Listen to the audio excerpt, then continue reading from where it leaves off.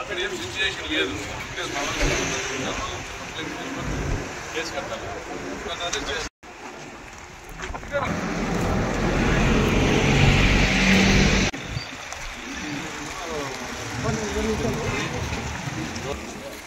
నాగిరెడ్డిని బోయరాము కురుబ నాగిరెడ్డిని బోయరామాన్ని దాడి చేశారు. అనేక సర్వర్ అనేక కాగితాలు లాక్కుంటారు.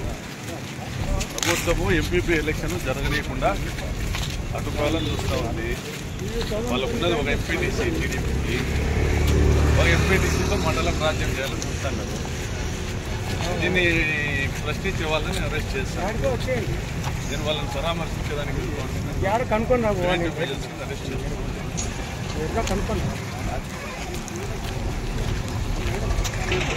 దాడులు దోపిడీలు ప్రశ్నించే వాళ్ళపై దాడులు ప్రజలకు దానివల్ల పోతా ఉండే గౌరవాన్ని కాపాడుకునే వైసీపీ నాయకుల మీద దాడులు ప్రజాస్వామ్యాన్ని చేతుల్లోకి తీసుకోవడం, ప్రజాస్వామ్యాన్ని చేతుల్లోకి తీసుకొని స్థానిక సంస్థల ఎన్నికలన్నీ కూడా వాళ్ళ చేతుల్లోకి తీసుకోవాలనేటువంటి ఒక ప్రయత్నం. ఇది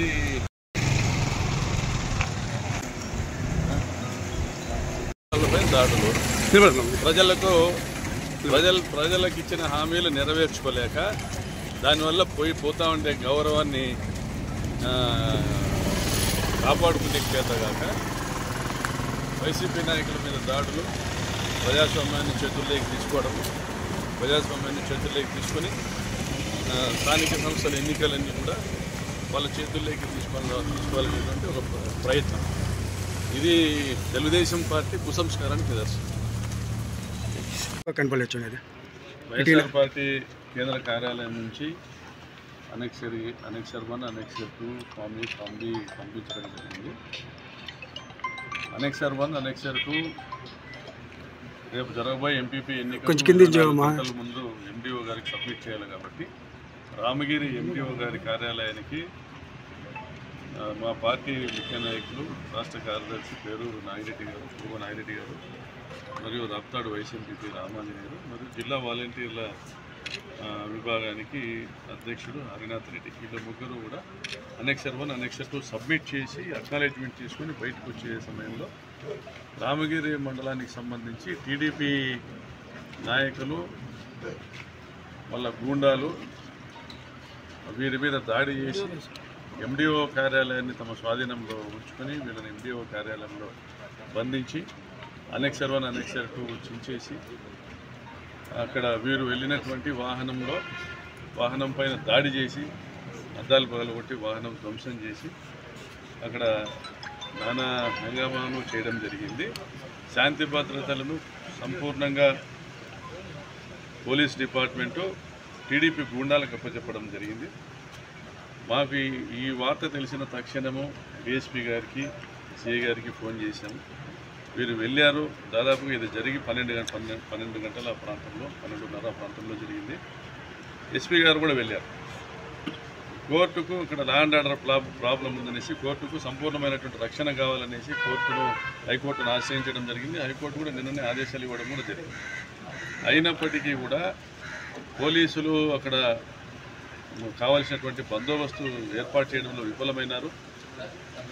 ఈరోజు పార్టీకి సంబంధించి రాష్ట్ర కార్యదర్శి పూర్వ నాగిరెడ్డిపై దాడి చేయడము, మా వాహనాలు ధ్వంసం చేయడం అన్నీ జరిగింది. వాళ్ళు వెళ్ళిన వాహనం ధ్వంసం చేయడం జరిగింది. దాని తర్వాత పోలీసులు వచ్చినటువంటి అల్లరి ముక్కల్ని చెదరగొట్టాల్సింది పోయి దాదాపు 12:30 నుంచి చోద్యం చూస్తూ ఉన్నారు. వాళ్ళు చెప్పింది వింటా ఉన్నారు. పచ్చ చొక్కాలు వేసుకొని వ్యవహరిస్తున్నారు. మళ్ళీ ఇందాక TV9లో స్క్రోలింగ్ వచ్చింది, ఒక వీడియో పంపించింది. ఏదైతే వాహనం ధ్వంసం కాబడిందో దాంట్లో అంద్రినివా కాలువ లైనింగ్ ఆపాలంటూ ఒక కరపత్రాలు ఉన్నాయి. దాంతోపాటు ఇప్పుడు ఆ వెహికల్లో ఉన్నది కరపత్రాలు మినహా ఏమీ లేకపోయినా ఒక కొడివేలు పెట్టినారు. దాంట్లో ఒక కొడివేలు కనపడతారు. మామూలుగా పంట చేనులలో పోయి పంటగా కోసుకునేటువంటి కొడివేలు కనిపెట్టారు. ఇంకా కొన్ని బాక్సులు పెట్టారు.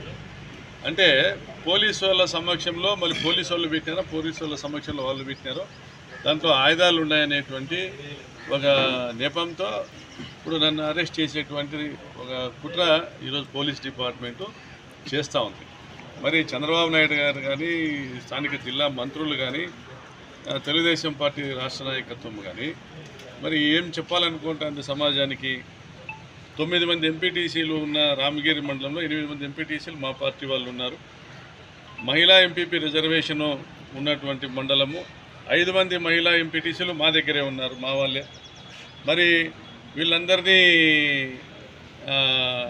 వైఎస్ఆర్ పార్టీ సభ్యులు ఉండగా తెలుగుదేశం పార్టీ కనీసం రేపు పోటీ చేయడానికి అభ్యర్థి కూడా లేకపోయినా ఎలక్షనే జరగకూడదనేటువంటి ఒక దుర్మార్గమైనటువంటి నియంతృత్వ ద్వారా వ్యవహారాలన్నీ చేస్తున్నారు. ఇది సభ్య సమాజం గమనించాలా. హైకోర్టు సంపూర్ణమైన ప్రొటెక్షన్ ఇవ్వని చెప్పినప్పటికీ కూడా ఇటువంటి చర్యలు ఏవైతే దుర్మార్గమైన చర్యలు పాల్పడుతున్నారో వీటిని కట్టడి చేయాల్సిన పోలీసులు, తెలుగుదేశం గుండాలను అరెస్ట్ చేసి వాళ్ళ మీద కేసులు నమోదు చేయాల్సినటువంటి పోలీసులు, నేను బెంగళూరు నుంచి ఈ సమస్య జరిగిందనేసి నేను బయలుదేరి వస్తానగా సోమందేపల్లి దగ్గర నన్ను ప్రివెంటివ్ అరెస్ట్ చేస్తున్నామని చెప్పి స్టేషన్కి తీసుకొచ్చినారు. ఇప్పుడు చూస్తే ఆ బండిలో వాహనం ఏదైతే వెహికల్ ఫార్చునర్ వెహికల్ ఉందో ఆ వెహికల్లో కొడివెలు పెట్టినట్లుగా ఒక వీడియో బయటకు వచ్చింది. అంటే ఇది ఏ సాంప్రదాయము? ఎన్ని సంవత్సరాలు ఎన్నికిపోతూ ఉన్నారు? గతంలో ఎప్పుడో నాకు తెలిసి 90లోనో 90వ దశకంలో జరిగినటువంటి వ్యవహారాలు ఇప్పుడు చేస్తున్నారు. ఒక రకమైన చదువురాని వ్యక్తి కూడా, ఒక నాగరికత అంతో ఇంత నాగరికత లేని వ్యక్తి కూడా దీన్ని ఖండించేటువంటి పరిస్థితి. తోపుదుర్తి ప్రకాష్ రెడ్డి అనేవాడు ఫ్యాక్షన్ని ప్రోత్సహించి ఉంటే పోయిన 5 సంవత్సరాలు తెలుగుదేశం పార్టీ వాళ్ళు బయట తిరిగిండే పరిస్థితి ఉందా? ఫ్యాక్షన్ను వ్యతిరేకిస్తూ ఫ్యాక్షన్ని ప్రోత్సహించకుండా అందరూ స్వేచ్ఛగా తిరిగేటువంటి వాతావరణం జగనన్న నేతృత్వంలో ఈ జిల్లాలో నడిచింది. మరి ఇప్పుడు ఎంపీపీ ఎలక్షన్ వస్తానే మీ రంగులు మీరు చూపిస్తూ ఉన్నారు. గత 9 నెలలుగా అనేక దౌర్జన్యాలు, అక్రమ కేసులు, దాడులు అన్నీ కూడా చూసింది ఈ జిల్లా ప్రజానీకం. మీరు ప్రజల్ని మోసం చేసి గెలిచినారు. మీ లావు చూసో లేదంటే మీరు గొప్పల్లోనే మిమ్మల్ని ప్రజలు గెలిపించలే. మీరు ప్రజల్ని మోసం చేసి అలవిగాని హామీలన్నీ ఇచ్చేసి మీరు అధికారంలోకి వచ్చినారు. అధికారంలోకి వచ్చినాక మళ్ళీ ప్రజల్ని మోసం చేసినారు. ఇప్పటి వరకు కూడా మీరు చెప్పిన ఒక హామీ నెరవేర్చుకోలే. ప్రజల్లో మీరు పల్చన అయిపోయినారు. కాబట్టి ఇప్పుడు తెలుగుదేశం పార్టీ విధానం ఒకటే, వైసీపీకి సంబంధించి నాయకత్వాన్ని దెబ్బతీయాలా, వైసీపీలో ఉన్న ప్రజాప్రతినిధుల్ని దెబ్బతీయాలా, దాడులు చేయాలా, ఎన్నికలను పోలీసుల సాయంతో అక్రమంగా వాళ్ళ చేతుల్లోకి తీసుకోవాలా. ఈ విధానంలో మీరున్నారు. తప్పనిసరిగా దీనికి తగిన మూల్యం మీరు రాబోయే కాలంలో చెల్లించుకోవాల్సి ఉంటుంది. మీరు అక్రమ కేసులు ఎన్ని పెట్టినా కూడా కోర్టు ఉంది, న్యాయము, చట్టము అన్నీ ఉన్నాయి. తప్పనిసరిగా దీన్ని ప్రజా కోర్టులో మేము ఎదుర్కొంటామని తెలియజేస్తాం.